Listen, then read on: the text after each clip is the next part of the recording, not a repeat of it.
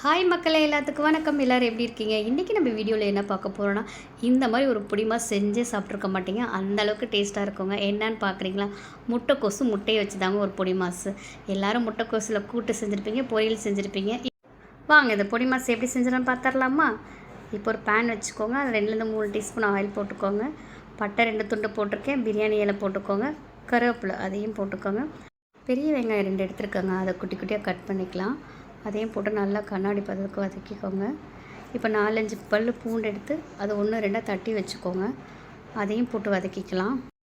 தக்காளி 1 போட்டுக்கலாங்க. ரொம்ப குட்டி குட்டியாக கட் பண்ணி போட்டுக்கோங்க. தக்காளி நிறையா போட்டுறாதீங்க, புளிக்கும்.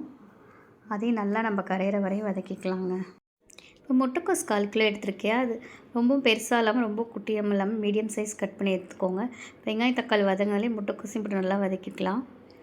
எண்ணெயில் வதக்கும்போது முட்டைக்கோஸ் ஸ்மெல் ஜாஸ்தி வராதுங்க. இப்போ மிளகாத்தூள் 1 டீஸ்பூன், மல்லித்தூள் 1/2 டீஸ்பூன், மஞ்சத்தூள் 1/4 டீஸ்பூன், கரம் மசாலா 1/4 டீஸ்பூன், உப்பு தேவையான அளவு போட்டிருக்கிறேன். போட்டு அதையும் நல்லா கலந்துக்கலாம். காய்க்கு அளவான தண்ணி ஊற்றிக்கலாம். ஒரு மூடி போட்டு மூடி வச்சுருங்க, நல்லா வேகட்டும். தேங்காயும் சோம்பு போட்டு நைஸாக அரைச்சி எடுத்துக்கலாங்க. தேங்காயும் இதுக்கு நிறைய போடக்கூடாது, நம்ம காய்க்கு தகுந்த அப்புறம் போட்டுக்கலாம். இப்போ முட்டைக்கோஸ் பார்த்திங்கன்னா ரொம்ப குழஞ்சி வேந்திருக்கக்கூடாது. ஒரு பாதி வேக்காடு வரும்போதே நம்ம தேங்காய் ஊற்றிடலாம். அப்போ தான் இந்த தேங்காயும் நல்லா ட்ரை ஆகி வரும்போது நமக்கு முட்டை ஊற்றுறதுக்கு கரெக்டாக இருக்கும். நல்லா தண்ணிலாம் இப்போ சுண்டிடுச்சு பாருங்கள். இந்த அளவுக்கு முட்டைக்கோஸ் நீங்கள் ஃப்ரை பண்ணிக்கணும். இப்போ முட்டைக்கோஸில் ஒரு ஓரமாக ஒதுக்கி விட்டுறலாங்க. நடுவில் 2 முட்டை நான் ஊற்றிக்கிறேன். உங்களுக்கு இன்னும் முட்டை வேணால் கூட நீங்கள் ஊற்றிக்கலாம். நான் 1/4 கிலோ எடுத்தனால 2லேருந்து ஒரு 3 வரையும் போட்டுக்கலாங்க. இது அப்படியே கொஞ்சம் 3 நிமிஷம் சிம்மிலே இருக்கட்டும். அதுக்கப்புறம் முட்டையெல்லாம் நல்லா கிண்டிக்கோங்க. முட்டை பிடிக்காதவங்க முட்டையை ஸ்கிப் பண்ணிவிட்டு முட்டைக்கோஸ் மட்டும் செய்யுங்க. அதுவுமே சூப்பராக தாங்க இருக்கும்.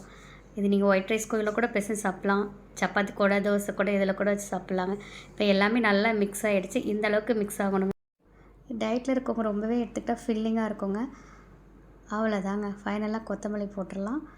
இதோட டேஸ்ட்டு சொல்லவே வேணாங்க, அப்படி இருக்குங்க. இந்த வீடியோ பிடிச்சிருந்தா மறக்காமல் பாப்பீஸ் கிச்சனுக்கு லைக் பண்ணுங்கள், ஷேர் பண்ணுங்கள், கமெண்ட் பண்ணுங்கள். அப்புறம் மறக்காமல் சப்ஸ்கிரைப் பண்ணுங்கள். பாய் பாய்.